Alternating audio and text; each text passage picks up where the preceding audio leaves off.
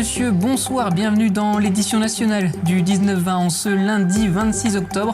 Dans l'actualité, aujourd'hui, le coronavirus qui touche toujours plus la barre des 50 000 nouveaux cas détectés a été franchi hier.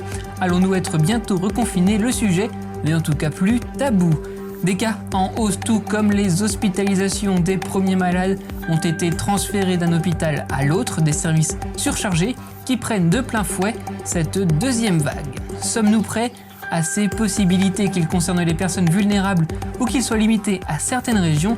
L'hypothèse d'un nouveau confinement divise, vous allez le voir.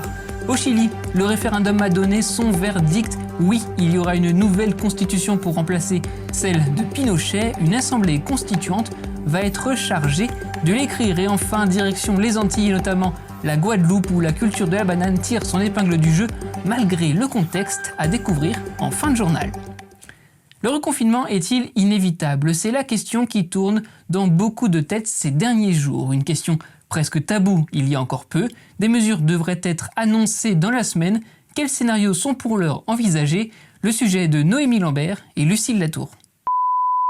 52 000 nouveaux cas, plus de 2300 clusters en cours d'investigation et 233 entrées en réanimation. Ce sont les chiffres dévoilés hier par Santé publique France, des chiffres auxquels il convient de préciser les 11 000 hospitalisations sur une semaine dans les services de santé. La charge de travail devient énorme. Les hôpitaux sont véritablement sous tension avec cette deuxième vague. Sandrine Aramon, Jean-Marc Vasco, David Bress. Faut-il cibler les personnes fragiles et vulnérables? Et sont-elles prêtes à un reconfinement? Souvenez-vous, au printemps déjà, l'idée avait été évoquée, mais très vite oubliée. Cela concernerait 17 millions de Français, autant de personnes qui craignent l'isolement. Le reportage de Benjamin Delombre et Vincent Pifteau. En bref, et concernant toujours le Covid-19, l'agenda politique une nouvelle fois bousculé.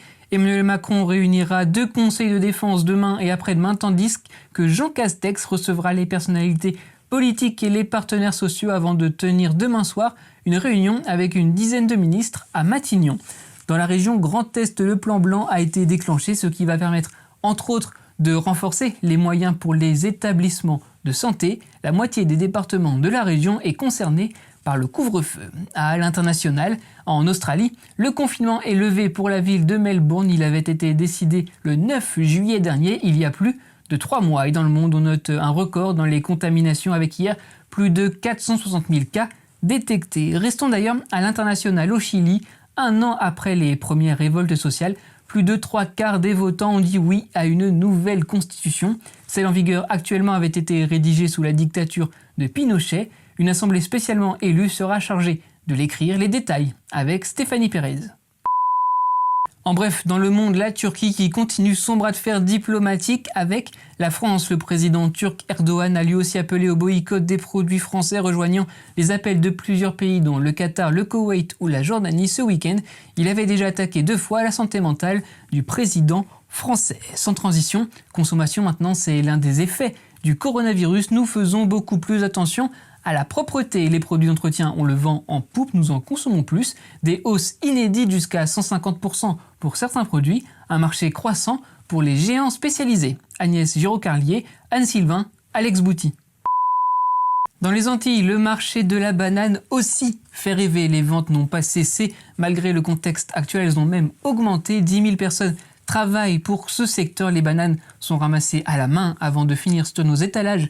Quelques jours plus tard, des bananiers au port de Pointe-à-Pitre, sur place, Paul-Luc Monnier, Antoine Husser, Mathieu Lerue.